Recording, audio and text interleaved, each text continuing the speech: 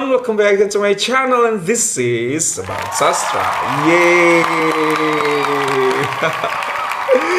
Okay everyone, thank you so much for clicking this video stop by to watch me today. And today I'm still at kampung, tapi kali ini saya sudah berada di Lombok. Saya sudah berada kembali ke Lombok.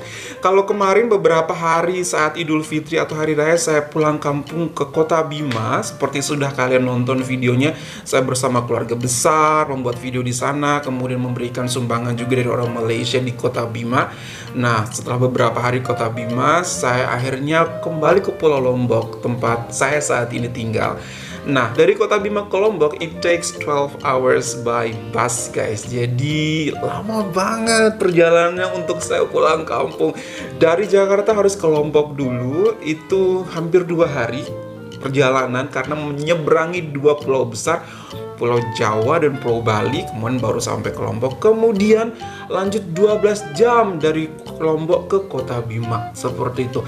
Kalau dihitung-hitung akumulasinya ada 5 hari di perjalanan dari Jakarta ke Lombok ke Kota Bima, dari Kota Bima ke Lombok lagi, dan akan kembali ke Jakarta nanti sore. Wow, Masya Allah. Panjang ya, panjang. Saya tahu itu semua demi apa? Demi bisa pulang kampung bersama keluarga, bertemu dengan sanak saudara semua. Masya Allah. Oke, nah hari ini ada 3 video akan kita reaksikan berkaitan dengan shock culture atau sesuatu yang membuat saya shock tentang tradisi menyambut hari raya ataupun menyambut lebaran yang ada di Malaysia. Tidak hanya menyambut lebaran, tapi saat lebarannya juga nanti akan kita reaksikan. Tapi kita akan mulai dengan video kali ini, yaitu video menjelang Idul Fitri yang terjadi di Sarawak. Nampaknya tradisi ini sangat berbeda banget dengan tradisi yang ada di Indonesia. Dan seperti apa perbedaannya everyone? Tanpa bercakap panjang lagi, jom kita langsung ke video. 1, 2, 3. Assalamualaikum, selamat datang ke Ardi Sahid. Waalaikumsalam. Kali ini saya sharekan kepada anda rakaman sebelum sambutan Idul Fitri di beberapa buah kampung di Kuching, Sarawak. Kuching? Antaranya ialah Kampung Muara Tebas, Kampung Gobel, Kampung Senari, dan Taman Bako Mesra. Kampung-kampung ini letaknya dalam Dun Demak Laut dan kira-kira 20 km dari pusat bandaraya Kuching. Rumah-rumah dalam kampung ini saya rakam secara rambang dan terpilih. Namun keseluruhannya memang kebanyakan rumah dalam kampung-kampung berkenaan dihiasi dengan lampu terbaik, luar biasa. Meriahkan sambutan Idul Fitri yang bakal. Oke, malam ini merupakan malam 8 Nikul dan kita saksikan sendiri rakaman ini. Dan rakan-rakan dari Sarawak ataupun Malaysia secara amnya tentu sudah terbiasa dengan suasana seperti ini. Wow, satu Malaysia seperti ini juga berarti, tidak hanya di Sarawak. Akan dihiasi sebegini rupa. Manakala rakan-rakan dari negara jiran seperti Indonesia, Brunei dan Singapura, dan rakan-rakan juga yang jauh di perantauan, semoga rakaman ini bermanfaat kepada anda. Oke, saya sekarang masih berada di Kampung Muara Tebas, geng. Kita lihat rumahnya dihiasi dengan lampu secara kreatif. Kampung Muara Tebas. Kalau Kampung Muara Tebas letaknya kira-kira 30 km dari pusat bandaraya Kuching, geng. Wow, rumahnya menyala, guys. Masya Allah. This is amazing, karena memang di Indonesia tidak ada tradisi seperti ini. Kita tidak mendekor rumah seheboh ini. Bisa dibilang kalau misalnya orang-orang di Malaysia, khususnya orang-orang di Sarawak ya, karena video ini berasal dari Sarawak, mereka sangat antusias sekali ketika menyambut hari raya. Terlebih lagi Idul Fitri, aku nggak tahu mungkin Idul Adha juga akan seperti ini, atau mungkin hanya ini spesial di Idul Fitri, atau mungkin di semua perayaan. Karena ini membuat saya mengingat rumah uncle saya di Kajang. Ya, saat itu uncle juga ada seperti ini, tapi tidak seheboh seperti ini. Ada beberapa lampu yang ditancap di depan pekarangan rumah, kemudian pohon-pohon juga dikasih lampu. Jadi extra effort gitu yang dikeluarkan oleh orang-orang Malaysia ketika menyambut hari raya. Ini lagi-lagi membuktikan bahwasanya Malaysia love celebrations. Orang-orang Malaysia sangat menghargai sebuah perayaan, dan itu akan dibuat sesuatu yang semaksimal mungkin yang bisa mereka lakukan untuk merayakan hari raya tersebut. Nah, boleh dikasih di kolom komentar, guys, apakah di rumah kalian ataupun ini memang tradisi terjadi di satu Malaysia ataupun terjadi di beberapa daerah di Malaysia saja. Karena to be honest, di Indonesia tidak ada hal-hal seperti ini, tidak ada tradisi seperti ini. Seperti di Indonesia paling enggak ya cuma ngecat rumah, dan itu terjadi di beberapa orangnya jika memang memiliki kelebihan uang seperti itu. Apalagi in this economy, ya kan, in this economy situation, bisa beli kue raya aja alhamdulillah seperti itu. Apabila di Indonesia. Oke guys, itu adalah shock culture yang pertama tentang tradisi merayakan ataupun menyambut hari raya Idul Fitri yang terjadi di Malaysia. Nah, kita akan masuk nih guys ke topik yang kedua, yaitu video yang kedua. Itu tentang sesuatu yang benar-benar mengejutkan saya. Dan apa itu? Ini akan saya bagikan bersama teman-teman semua. 1, 2, 3. Nah, apakah kalian tahu perayaan Idul Fitri di China, Taiwan, Korea Selatan, Jepang ditentukan oleh Malaysia? Is it real guys? Udah menjadi tradisi bagi Cina, Taiwan, Korea Selatan, dan Jepang merayakan Idul Fitri dengan mengikuti tarikh Idul Fitri di Malaysia. Benarkah? Ini pertanyaan saya. Dan untuk lebih jelas lagi, coba kita baca beberapa komentar tentang video ini. Dari Abel Aziz. Sejak dari dulu lagi, bukan saja negara yang disebut, malah Kambodia, Thailand, Laos, Brunei, serta yang terbaru Timur Leste juga merujuk pada Malaysia. Tahu kenapa? Karena faktanya Malaysia mempunyai sistem agama Islam terbaik di dunia. Malah Bank Syariah juga mereka belajar dari Malaysia. Kalau tentang Bank Syariah memang suatu dunia belajar dari Malaysia. Aku tahu itu, tapi tentang perayaan daripada Idul Fitri, Cina, Taiwan, Korea Selatan, Jepang, dan beberapa negara lain seperti Kambodia, Thailand, Laos, Brunei juga, serta Timur Leste yang terbaru itu mengikuti tarikh yang ditentukan oleh negara Malaysia. Kenapa nggak mengikuti tarikh yang ditentukan oleh negara Indonesia? Sedangkan Indonesia adalah negara dengan jumlah muslim terbesar di dunia. Kenapa negara-negara ini tidak mengikuti Indonesia? Coba kita baca berikutnya. It's all about respect. They respect Malaysia more than they respect Indonesia. Perhaps, maybe. Or, nah ini akan sedikit menjelaskan. Indonesia ada dua kumpulan yang bertentangan dalam banyak aspek, yaitu Muhammadiyah dan Nahdlatul Ulama atau NU. Nah, kalau di sini aku mungkin bisa relate ya gitu. Jadi bagaimana negara-negara ini mengikuti Indonesia, sedangkan di Indonesia sendiri aja terdapat dua perbedaan pendapat. Jadi mau ngikutin mana nih? Mau ngikutin Muhammadiyahnya Indonesia atau mau ngikutin Nahdlatul Ulamanya Indonesia? Seperti itu untuk negara-negara tetangga yang ada di Southeast Asia. Apalagi negara-negara seperti China, Taiwan, Korea Selatan, Jepang. Ini gitu, mau ngikutin Indonesia, mereka juga bingung. Indonesia tidak memiliki satu tanggal kepastian tentang perayaan daripada Idul Fitri. Nggak di tahun ini, tapi sudah sejak berdirinya negara ini. Seperti itu sih. Ya itu make sense sih, kenapa mereka akhirnya tidak ngikutin Indonesia. Coba kita cari lagi komentar yang bisa sedikit menjelaskan. Nah ini ada kata-kata dari UAS, yaitu Ustadz Abdul Somad, membenarkan fakta agama Islam tentang Malaysia. Katanya, Islam dijaga oleh di Pertuan Agung serta raja-rajanya, kemudian di bawahnya ada institusi mufti dan menteri agama. Jadi semua keputusan menentukan tarikh mula berpuasa dan hari raya mesti dengan melihat anak bulan Ramadan dan Syawal bersama dengan hisab. Jika tidak cukup syaratnya keadaan ketinggian anak bulan, maka diistiharkan supaya mencukupkan 30 hari Ramadan. Ini telah lama diamalkan sejak puluhan tahun lagi. Maka tiada negeri-negeri yang mendahuluinya untuk memulakan puasa dan berhari raya. Nah, kalau dari sini sih sama make sense gitu. Jadi orang kan mau mengikuti sebuah pedoman yang semua rakyatnya, semua satu negaranya patuhi, semua negaranya akui kebenarannya gitu. Jadi bagaimana memang gitu jika di dalam negara tersebut masih ada beberapa pendirian atau masih ada beberapa pendapat yang berbeda tentang penentuan tanggal hari raya. Enggak Nahdlatul Ulama aja, enggak Muhammadiyah aja, masih banyak lagi pendapat-pendapat yang ada di Indonesia.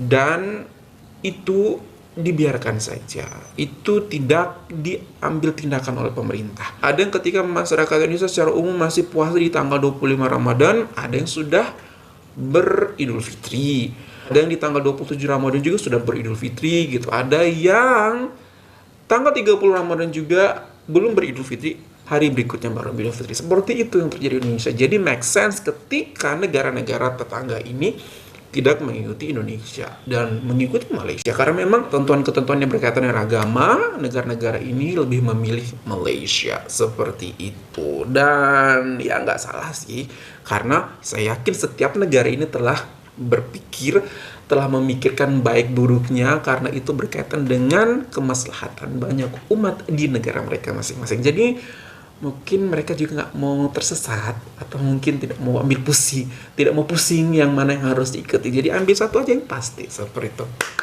Terbaik Malaysia. Nah, itu adalah video kedua guys yang membuat saya kaget. Ternyata negara-negara Southeast Asia dan negara-negara lain yang ada di Asia juga mengikuti tanggal tarikh yang ditentukan oleh negara Malaysia untuk menentukan Hari Raya Idul Fitri, seperti itu. Bagaimana pendapat kalian? Boleh memberikan pendapat kalian di kolom komentar. Nah, ini adalah video yang ketiga. Video membuat saya kaget tentang tradisi yang kali ini akan berkaitan dengan tradisi berraya atau hari raya yang ada di Malaysia. Seperti apa everyone? Jom kita nonton bareng-bareng. 1, 2, 3. Selamat Hari Raya Idul Fitri 1447 Hijriah. Tiga keunikan. Gue ngerasain lebaran di luar negeri. Gue sengaja sholat di Masjid Asyaki dan KLCC biar pulangnya bisa sekali I've been there. kayak gini. Dan ini 3 pengalaman baru yang gue rasain pas sholat Idul Fitri di Malaysia. Pertama, moreh. Setelah sholat Id ternyata ada morehnya juga. Gue kira ini cuma buat sholat tarawih aja. Buat yang belum tahu moreh, jadi moreh itu adalah makanan yang disajikan Seriously? selesai sholat tarawih. Nah, gue nggak tahu sih apakah makanan yang disajikan setelah sholat Idul Fitri ini istilahnya juga moreh juga atau ada istilah lain. Yang What? I thought that budaya makan-makan Malaysia ini hanya berhenti di bulan Ramadan aja. Oke, kalaupun budaya makan-makan ini akan ada juga di Syawal, oke, do it after the hari raya. Tapi saat sholat Idul Fitri pun ada morehnya. Apa ya alasannya? Apakah memang karena orang Malaysia sangat cinta dengan makanan sehingga makanan ada di mana-mana? Atau mungkin pendapat saya nih ya, kalau saya relate dengan sedikit ilmu agama yang saya pahami, karena memang di tanggal 1 Syawal itu adalah salah satu hari yang diharamkan untuk berpuasa. Jadi mungkin orang Malaysia ingin memastikan setiap mereka yang datang untuk sholat Idul Fitri itu mereka adalah dalam keadaan tidak berpuasa. Jadi mungkin itulah alasannya disediakan makanan-makanan ini. Itu yang pertama. Atau yang kedua, nah masih berkaitan dengan tadi yang alasan pertama, mungkin mereka berpikir, oke, saat hari raya nih, pagi hari raya pasti hektik. Semua orang mungkin berebutan kamar mandi, semua orang mungkin berebutan mau kesana kesini. Sedangkan di jam 7 pagi harus sholat Id. Seperti kalau ini jam 7 pagi guys. Jadi semuanya pasti hektik. Jadi mungkin takutnya ada orang yang belum sempat sarapan. Jadi disiapkanlah sarapan dalam bentuk moreh, dalam bentuk mie goreng seperti tadi. Apakah begitu alasannya? Atau memang karena memang orang Malaysia suka makan? Di Indonesia nggak ada guys macam ini. Di Malaysia itu ya guys, saat taraweh pun ada air minum loh disediakan. Orang samping sholat ada air minum 1 box, 2 box, 3 box gitu dikasih ke jamaah. Itu kaget aku. Kenapa ya aku bilang berpikir seperti itu? Kenapa ya? Aku berpikir-pikir lagi. Iya gitu. Kenapa? Karena orang yang bertarawih itu mereka adalah orang-orang yang berpuasa sebelumnya, jadi mungkin masih hausan, masih ini itu. Jadi untuk memastikan mereka fokus beribadah, disediakan air minum di situ biar orang yang sholat tidak merasa kehausan, jadi tetap bisa minum. Dan minum itu tidak membatalkan air wudhu kan apabila minumnya air putih aja, seperti itu. Nah, gimana nih guys? Tolong berikan penjelasan di kolom komentar karena ini totally new for me. I never experience this. Aku sudah setua ini nggak pernah ada pengalaman seperti ini di Indonesia menyediakan makanan. Kalaupun ada makanan ya after hari raya ketika kita kunjung ke rumah saudara ataupun ke rumah tetangga yang kita kenal, seperti itu. Dan kita akan mengunjungi keluarga yang kita kenal aja. Kalau di Indonesia gimana nih? Kalau di Malaysia ya aku mau bertanya juga nih, di Malaysia tuh kadang kan aku lihat orang bagi duit ke orang yang nggak dikenal gitu. Oke, maksud aku kita sedekah ke orang yang nggak dikenal. Tapi ketika sudah nyampe di rumah, kita kasih duit THR atau duit raya itu hanya ke keluarga kita aja. Correct me if I'm wrong. Karena yang datang ke rumah saya itu ada sanak saudara saya, family saya saja, dan I will give the envelope atau duit raya ke mereka aja gitu. Sedangkan di Malaysia tuh aku bisa lihat bahwasanya orang kampung mana tuh boleh, anak-anak di kampung mana tuh keliling kampung bahkan ke yang bukan keluarga gitu. Dan mereka tetap memberikan duit raya ke mereka, ke anak-anak yang bukan sanak family dan keluarga gitu. Begitu di Malaysia. Boleh memberikan penjelasan di kolom komentar. Sepertinya untuk memahami dan mengerti lebih dalam harus memang experience raya di Malaysia. Amin, Allahumma amin. Insya Allah doakan ya guys, mungkin tahun depan. Amin. Oke, kita lanjut ya. Dua, bagi-bagi snack. Setelah sholat id, banyak ibu-ibu yang sengaja bagi Tuh kan. anak kecil. Jadi mereka udah bawa coklat atau marshmallow dari rumah, atau snack yang udah dibungkusin kayak gini dan memang hanya dibagi untuk anak kecil aja. Yang ketiga tentunya Orang Malaysia memang luar biasa kalau ngomongin bagi-bagi makanan. Ya mungkin mereka mau bersedekah gitu ya. Jadi to celebrate, untuk merayakan. Raya itu berasal dari kata merayakan. Jadi celebrating this, they really love to celebrate everything. Dan ini adalah bagian dari cara orang Malaysia untuk celebrate hari raya, lagi-lagi berkongsi rezeki di masjid ke anak-anak dari rumah. Itu kan Allahu Akbar. It was a very hectic morning guys. Pagi hari raya itu ada salah satu yang Allahu Akbar, one of the hecticest moment in our life.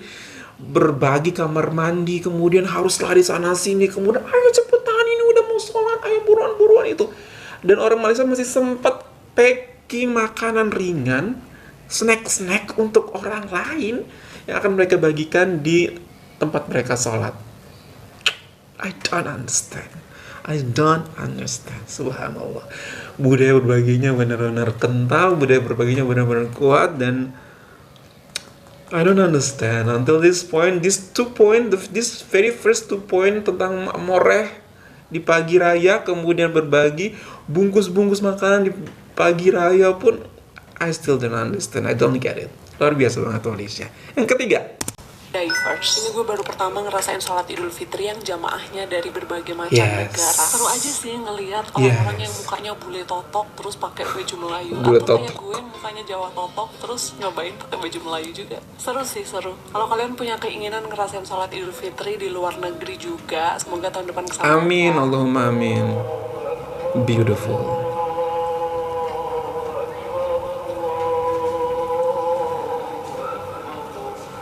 Oh my god, alhamdulillah aku pernah sholat di sini guys. Itu Wave. Hotel aku di sebelah situ. Wow, it's beautiful.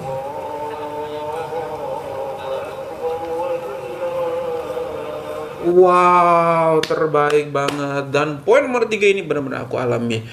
Aku juga memberikan komentar yang sama ketika aku sholat di Masjid Asyakirin di KLCC, Masjid KLCC ini. Sholat subuh di sana guys, dan itu alhamdulillah saat sholat subuhnya itu 4 saf panjang itu full. Luar biasa banget. Kemudian dan vibes-nya international, itu sesuatu yang nggak bisa aku rasakan di Indonesia. Di Indonesia vibes-nya itu Indonesia banget karena terdiri dari ada orang Batak, ada orang Jawa, ada orang Lombok, ada orang Betawi, ada orang mana. Nah, lebih ke Indonesianya banget karena memang orang Indonesia terdiri dari berbagai macam etnis dan berbagai macam suku gitu.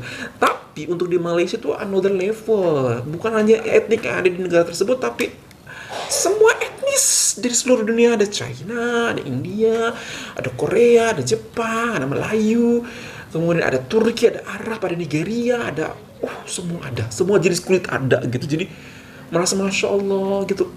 Buat kalian sudah biasa mungkin something lah, tak begitu berkesan buat kalian, tapi buat kita orang Indonesia,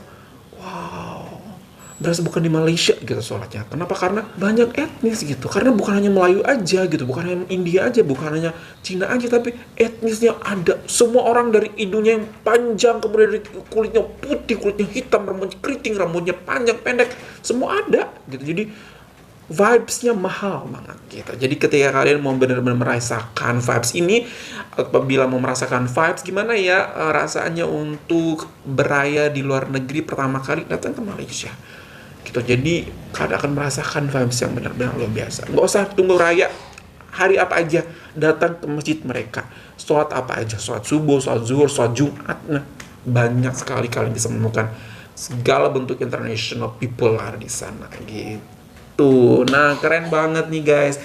Nah, dari 3 video ini yang bikin aku takjub itu satu, yang pertama tentang gemerlapnya malam perayaan daripada Idul Fitri di Malaysia. Yang kedua tentang bagaimana negara-negara Southeast Asia benar-benar berpatokan kepada Malaysia, menjadikan Malaysia sebagai negara dengan pedoman. Oke, apabila Malaysia sudah menentukan tarikh ini, maka kita juga insya Allah akan menentukan tarikh yang sama dalam menentukan Hari Raya Idul Fitri seperti itu, atau permulaan daripada puasa. Dan yang ketiga, dari video ketiga itu sesuatu yang membuat saya shock banget, itu moreh dan berbaginya ketika di pagi hari raya seperti itu. Nah everyone, gimana menurut kalian? Boleh memberikan komentar ataupun penerangan buat saya yang belum mengetahui apa-apa tentang budaya perayaan di Malaysia. Okay everyone, that's all from me today. Hopefully that you find this pretty good. You find this pretty good, don't forget to thumbs up, and also if you're new to this channel, don't forget to like button, also subscribe. Much love from me in Kota Lombok everyone. Doakan ya sorry di awal kembali ke Jakarta. And bye everyone. Assalamualaikum warahmatullahi wabarakatuh. Malaysia boleh, Indonesia bisa.